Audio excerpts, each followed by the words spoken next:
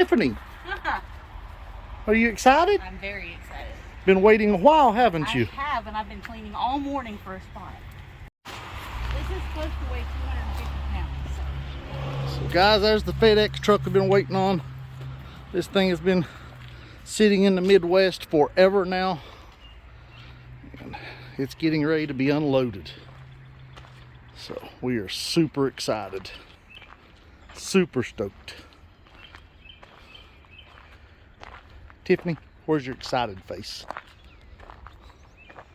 Is that your excited face? Yeah. All right. We'll bring y'all back in just a second. Yeah, it's a... So, this is... a large harvest right freeze dryer with lots of really cool accessories. All right. Well, I think me and Tiffany's going to find out how heavy the top box is and check out the bottom here in just a second and decide if we're going to need help. So Tiffany's cleaned us out a spot for this. Now we may have to get a little table to set this up on, but we don't have one now. So what we're going to deal with is just moving it into its position so we can get ready to use it. All right, guys. We're getting ready to carry this stuff up. The box probably could be carried, but I think it'll be a little awkward to carry. It's probably around 100 pounds worth of goodies in this box, and it's kind of an awkward shaped box, so probably a little odd for one person to carry and definitely odd for two people to carry. So we're just going to carry this stuff up, and we'll show you what we've got when we get up there with it. Look at that smile on that face. Just a little excited. Hey guys, just so you know, I've got apples ready to go in here, by the way. so some women don't need flowers. Although I have flowers. Now I have tulips and gladolias and peonies. Some women don't want roses for Valentine's Day either. Yeah, no. They want live flowers. Give me tubers and corms and bulbs and KitchenAid mixers and harvest right freeze dryers and gas stoves and some women are spoiled too, just so you know. Okay guys, it is in here. Now like I said, we'll get a table to set this up on. I don't have anything right now handy, so we'll get this on up to where it'll be easier to use. It came with the Premier vacuum pump. There's our hoses and cords. It came with one set of pans. We bought some extra pans, extra set, so we can be rotating stuff quickly, having stuff ready to go in. Oxygen absorbers, I think that came with it. We bought some stuff. Mylar bags, those are 8" by 12", the 50 pack of them. There's the impulse sealer. I think that was part of the package. Like I said, some of this stuff I don't know if it was part of the package or we bought it extra. There is the oil filter, important to service and take care of the system. And we bought the large silicone food molds, handy for making lots of stuff. And silicone mats we purchased, I think, extra.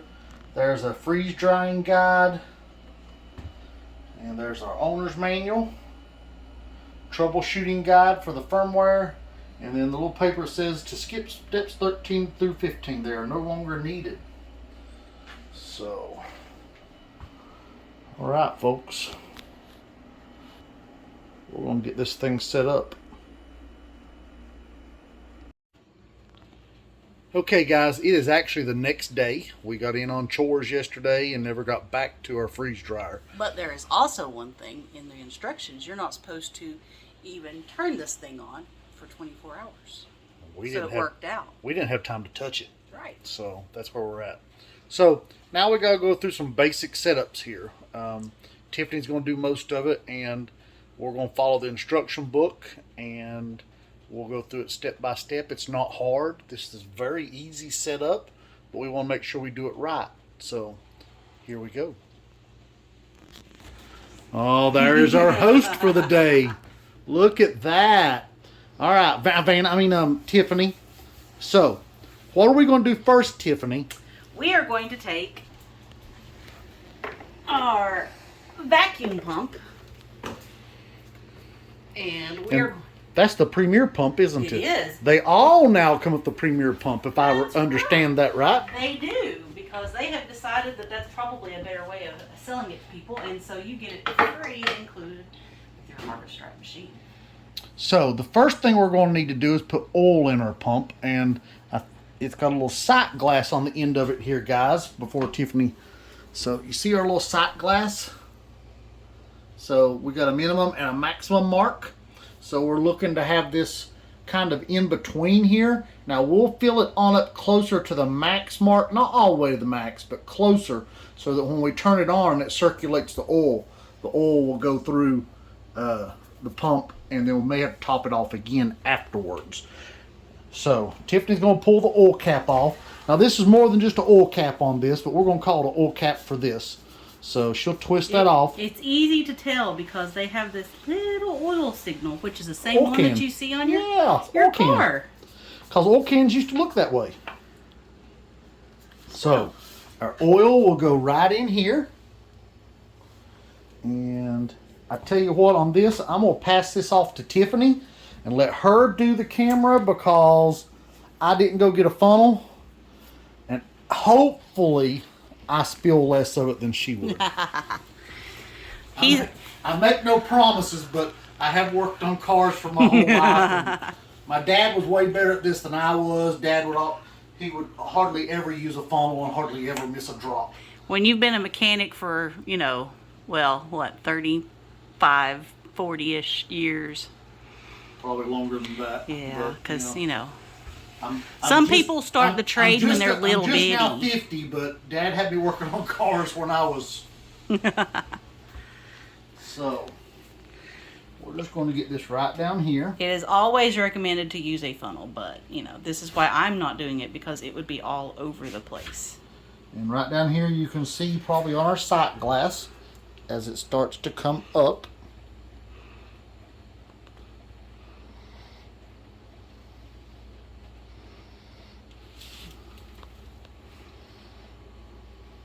There we go. See? Aha. You see our line going up?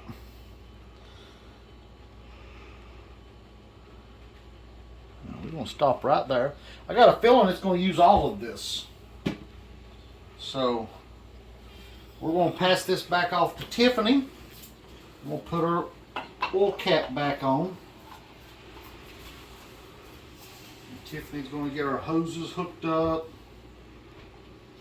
And it's got this little ballast here for gases, and this must always be on. We never want this off. And the pump's supposed to be level, and we will have to put a little shim under that so that table don't rock, because I'm sure it's going to vibrate a little bit, and we want it to set where it's supposed to go. But this is temporary. We're going to put a stainless steel table here for this, but for now this is what we've got to deal with. Buying the freeze dryer was enough money, as you could imagine. It also happens to be the stainless steel shelving is not in stock currently. So yeah, but buying this was enough for us for now. So this is you'll see our makeshift table here in a second. So okay. All right, guys. So that's our makeshift table. We're using a freezer. This is our freezer room. So should be good for a freeze dryer, right? Yeah. Freezer, freeze dryer, same thing. But we took this freezer that we store some turkeys and some fruits in, frozen fruits, and we pulled out our turkey for Easter and our ham for Easter, and we're going to use it for that because we won't need back into that one for a while. So Tiffany's got to hook up the hose and the cord, but I think she'll want to hook up the hose first. This hose right here. Yes. First off, I'm going to put the lid back on the mineral oil. Just because you don't trust yourself? Exactly. Now guys, this is mineral oil they sell you. And this is a high quality mineral oil. Obviously using the Harvest Stripe mineral oil makes the job easy. But there is other mineral oils out there that'll do the job. But that being said, Tiffany, you want to get our filter over there and show them the filter? The box, don't have to open it, but they send a filter with this, and that is to filter the oil looks just like a Yep. Brita filter. So this is to filter the oil so it gets contaminants out of it.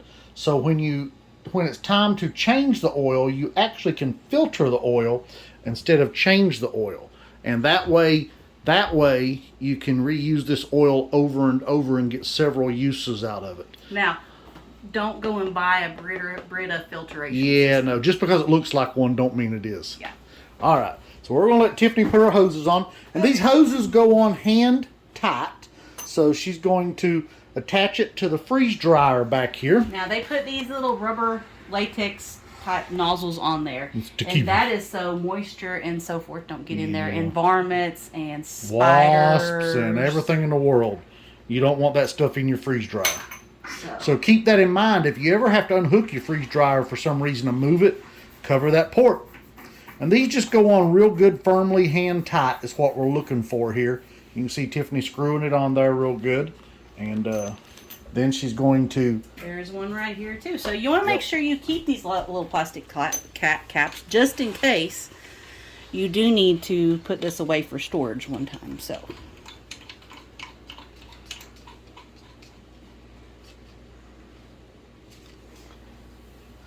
That one's a little harder to get at, so it's going to take a little more torque, but so just real good. And, oh yeah, she got that real good. Yep, I'd say she's got that good.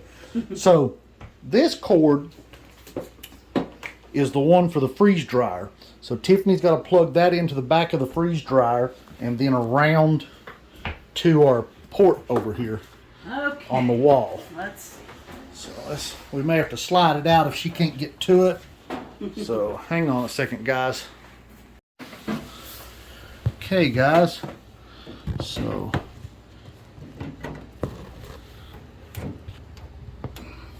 there we go. And then there's another one right beside it. You'll see the switch, and then you'll see the spot where the cord for the pump plugs in.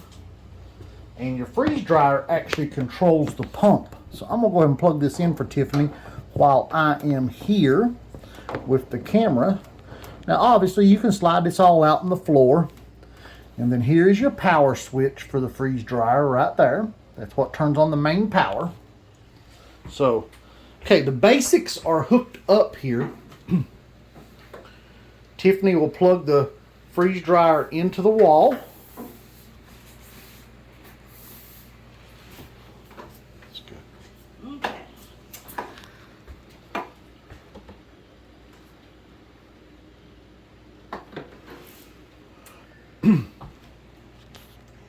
So we hadn't read this in the instructions yet. So this is going. We're going to be going to Lowe's. We're going to Lowe's. Can you say yay? Anyway, when we got to this point in instructions, it would have told us this, but we hadn't read that yet. So we'll run to Lowe's and get an outlet, and I'll replace this outlet over here with a specialized 110 outlet. And what they're doing is making sure you're only plugging one item into this circuit. This is designed to handle a little bit more of a load. It handles more amperage. I think 20 amps instead of your standard 15 amp outlet. So we'll have to get that took care of. So at least I'm going to Lowe's. Tiffany may be going. That's up to her. But anyway, we'll get that took care of and we'll be back. Another thing we're going to do off of video, because there's no need to do it on video, is right here. This is our handle for our freeze dryer. And it's a 2-stage handle if you watch here. So you twist the first stage and we loosen it up. And then the second stage pulls the latch loose. So this seal, you're supposed to rinse it under cold water and make sure that it's clean. Dry it with a lint-free cloth. As you can imagine, you don't want to ever damage this. You don't want to use any harsh abrasives on it.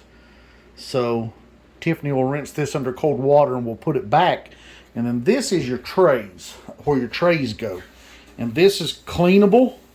If you need to take it out for any reason and clean it, it just slides right out. And it's got a cord on the back that it plugs into. And you can slide it back in. And then up here you'll see your heat pads. So the heat pads will always be on the top. So that way you don't put it back in here upside down. if you ever have it out. Now, I think the only difference between the small, medium, large, and extra large freeze dryer, if I'm not mistaken, is the small has 3 shelves, the medium has 4 shelves, and the large has 5 shelves. Now, I don't have an extra large, and I haven't seen them but one time. I suspect the extra large has 1 more shelf, and it may have 2 more. I'm not sure.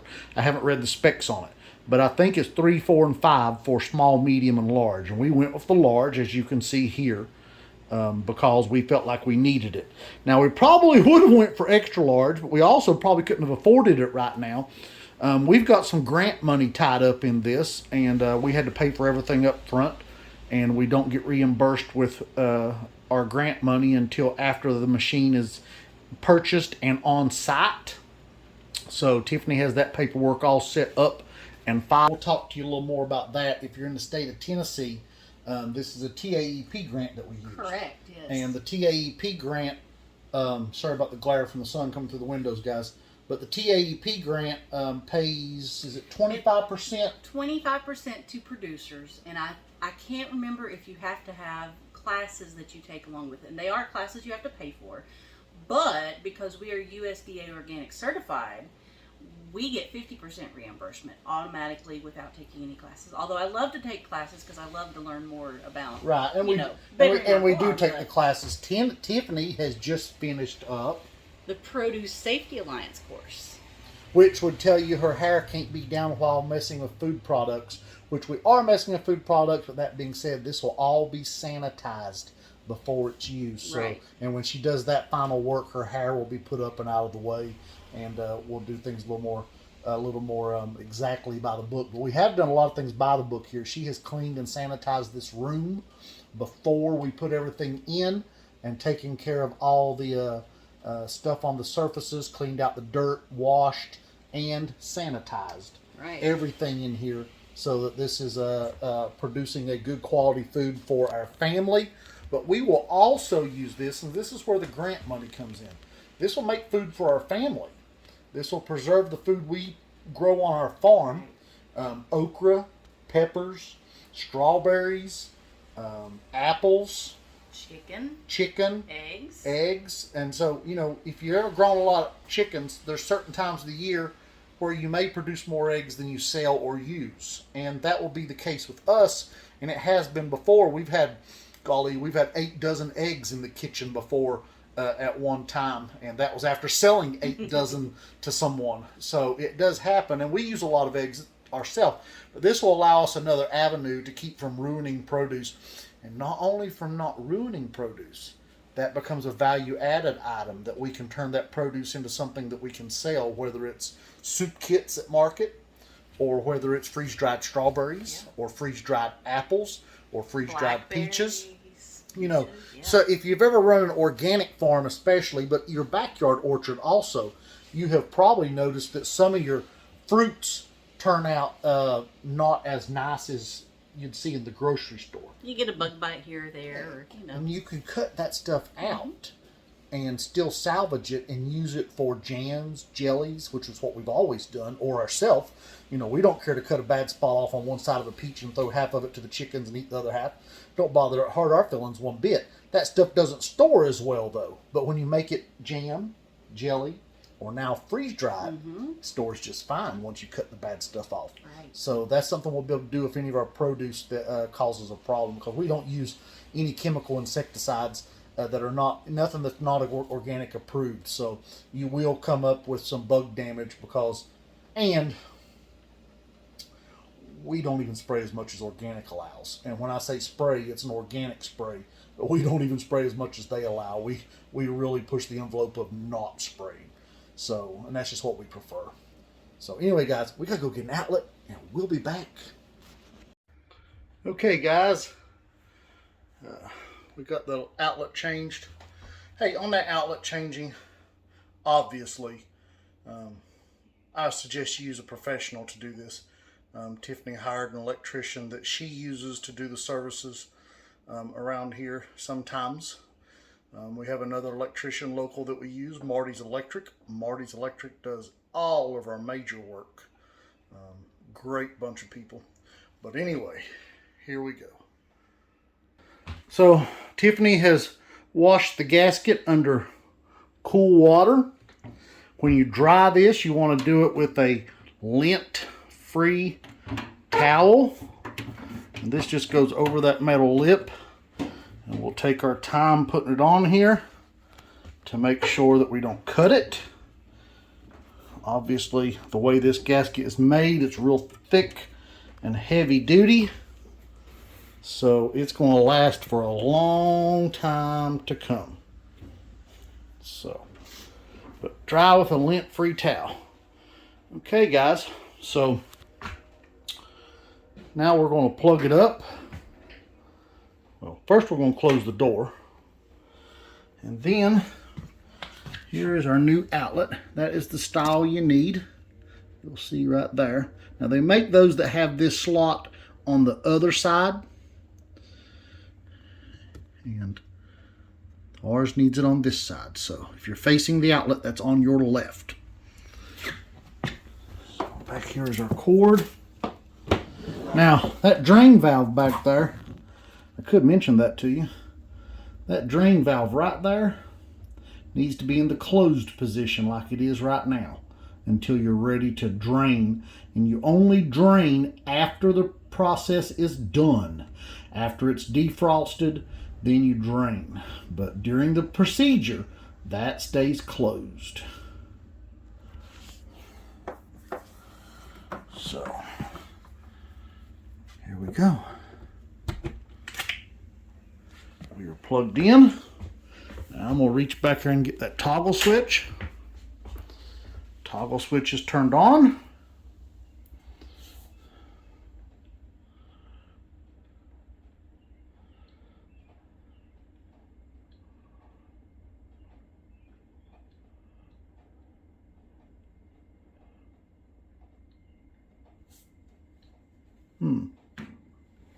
What'd I miss? All right, hang on, guys. Okay, everyone. It's only been moments for you, but it's a little more than moments for us. Turned out we had a broke wire in the wall to the outlet that we were wanting to use. We've never used that outlet in this building, so we didn't know that the wire was broke. So it's fixed now, it's repaired, everything's taken care of. And so we've got the freeze dryer on, as Tiffany can show you here. Our little screen is lit up. So now we got to do a system check. So we're supposed to push the leaf. And I feel like about 77 degrees is what it feels like in here. So toggle on the freeze.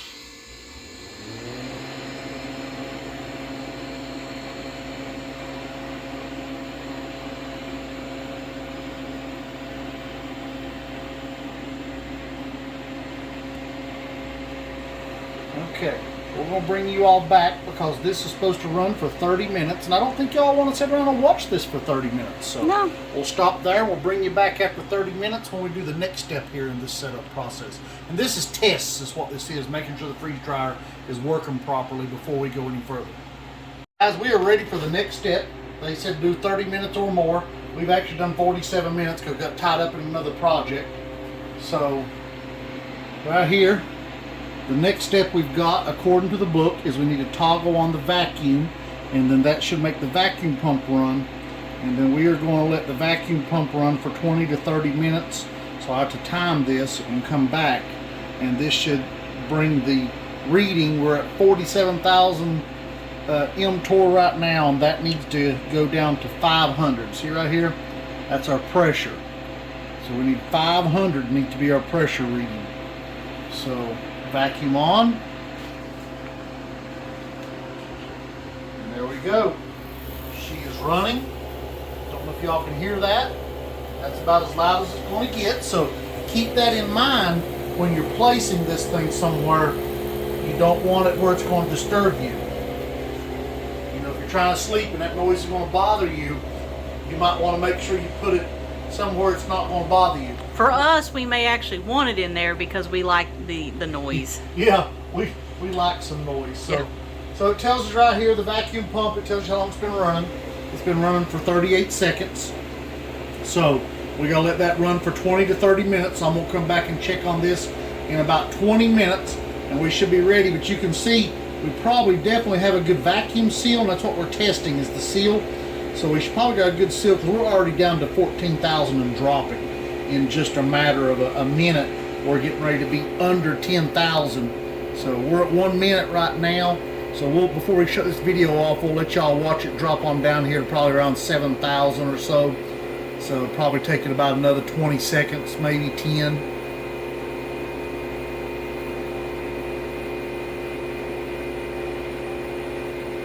At some point, the pump will have to start really working hard to pull it down.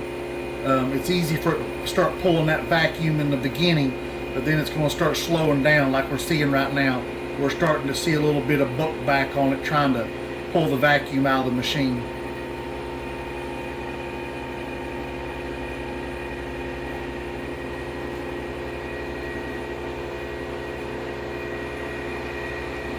Alright guys, we will come back shortly. We're at 10,000, a little bit under. Yeah, now we go. Now we're dropping down.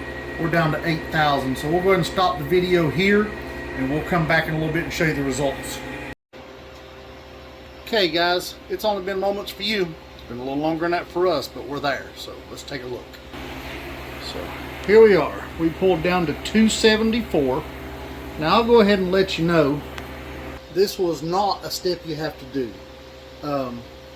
This does help my OCD to know that this machine is working flawlessly with vacuum, because it's actually way better than what they wanted at only 21 minutes. It didn't have to go the full 30 minutes. It's at 20 to 30, and it's still pulling. So I'm going to go ahead and click done. The reason this was unnecessary is the new software upgrades that they have put in this machine takes care of that problem. So our next step is going to be what Tiffany's getting ready to do here. I've got a spray bottle of apple cider vinegar. Most people use white vinegar, but I don't really keep white vinegar for the most part. I use apple cider. So this is not necessarily absolutely necessary. They do recommend you put your like some bread in there just to get some of this smell out. Just moist. They want to get rid of that new car smell. Right. And so vinegar does that. So what we're going to do is we're going to put bread slices on here. Just throughout the 5 trays. Like we've mentioned before, we've got a 5 tray unit. So just gonna stick them right there. We just went and got a cheap bag of reduced white bread that was actually organic, thankfully. And so what we're going to do is we're just going to spritz it a little bit. I just want it moist so that you can see that it works. Because the freeze dryer needs to go pull the moisture out of this bread while it's doing its job. So you're doing 2 things here. You're making sure it's pulling its moisture out, and you're freeze drying the bread, which you're just going to throw away. We'll not throw it away. We'll feed it to the chickens. And you're getting that nasty new car smell out of it. Right. The bread is going to absorb all of that. And then the apple cider vinegar is a extra step for us, because the apple cider vinegar will help clean the air inside the freeze dryer. You could have just done this with water, but a little bit of OCD here.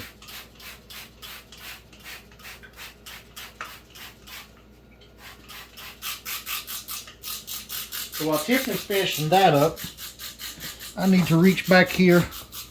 There shouldn't be no water in this, but I need to drain this.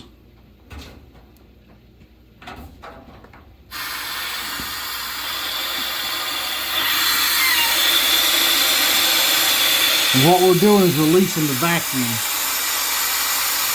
Now normally we'd be draining water out, and we will be draining a little bit of water after this next batch.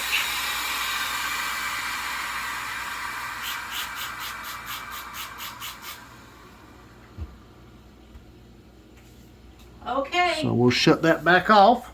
My job's done. No, it's not. So back to our double handle here. We're going to turn the first stage and then the second stage. And then Tiffany is going to load. I'm going to hold the door. And it is definitely cold, which is what you want.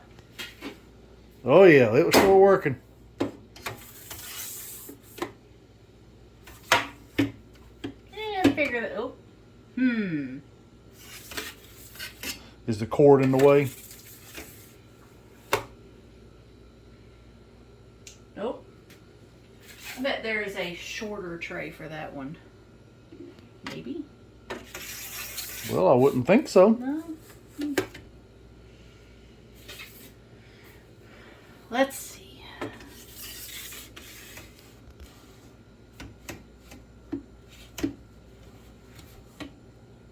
Nah, you just have to get it right in there. Gotta get it right, not wrong. Yeah. Okay. So we will latch it, and then we will go to start. And it's asking us to answer some questions. So we know we have the Premier oil pump.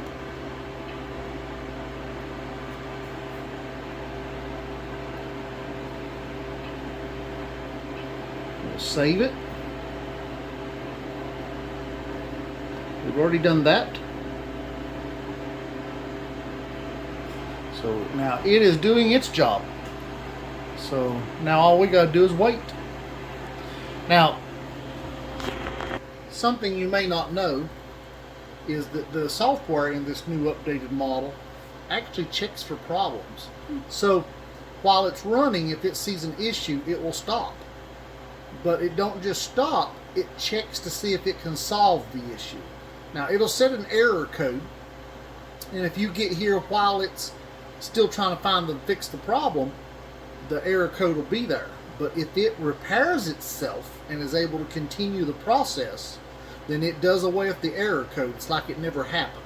Nice. So if it can resolve the issue with its software, then that's what it will do. So that's real handy. So, you know, it might end up taking an extra 30 minutes to do a batch than what you expected. But if you come back and it's done, done's done.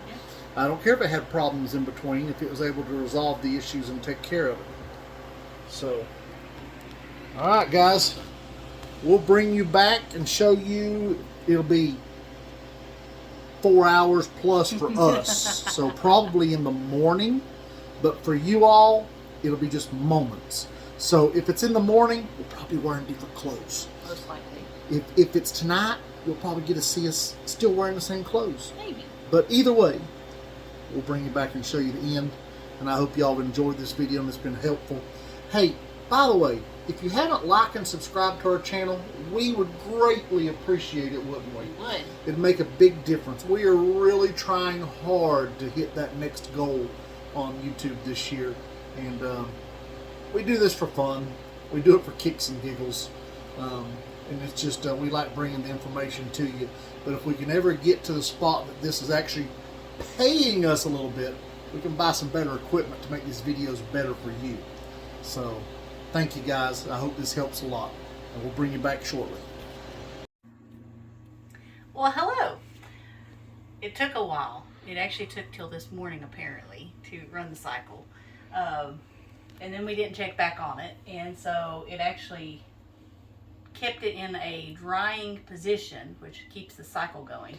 And that's there just so you have time. You can adjust that. It's 2 hours preset. You can adjust that. But that's there so that you have time to get to it. Because if you don't, then it will start the process again and you don't need to waste the electricity or the time. Right. So, we're going to open this. I think Steve already vented it. Yes. And I've already vented it, drained the system. you can see the moisture around the edge there. Just condensation. Because it was really cold in here. Now, I'm assuming these trays will not. They are not. They not? can be. You can warm them, but I knew we wouldn't need to because the freeze cycle had been done for a while. So we have freeze-dried bread. This would last like for years. It tastes kind of nasty. My guess would be it probably would make good stuffing. Probably. I'm not this one though. I'm not going to eat it because I am allergic to gluten. Show them how dry it is, Tiff. So that's about as dry as I don't think you could get any further dry. Like that's. Break a piece on camera there for them. Get a piece, a bigger piece, and break it so they can see it.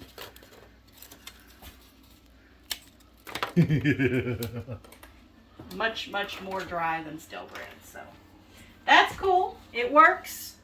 And this was obviously just for us to test it out, but also to clean the system and get rid of that new car smell.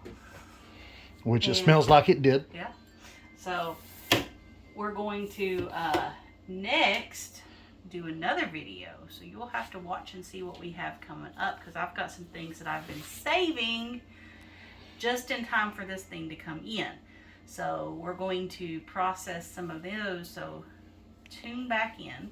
Check out our next video, probably the next day, maybe tomorrow. You're going to be doing several things over the next several weeks. Yep. But we'll bring you along as we freeze dry all of the produce that we grow, which is pretty awesome. I'm even interested in freeze dried okra and kale, and to see how that goes. So, you know. Soup? Different things for soups, yeah. All right, guys. Make sure, if you have not liked and subscribed to our channel, to do so, because we would love to grow our channel. Basically, we do this channel for all of our viewers and to show what we do on our organic farm. But it's just kind of cool, and it's something that we like to share with everybody and our friends and our family and our community and people all over the world. So make sure you like and subscribe to us and get notifications on next videos. Thank y'all. See you later.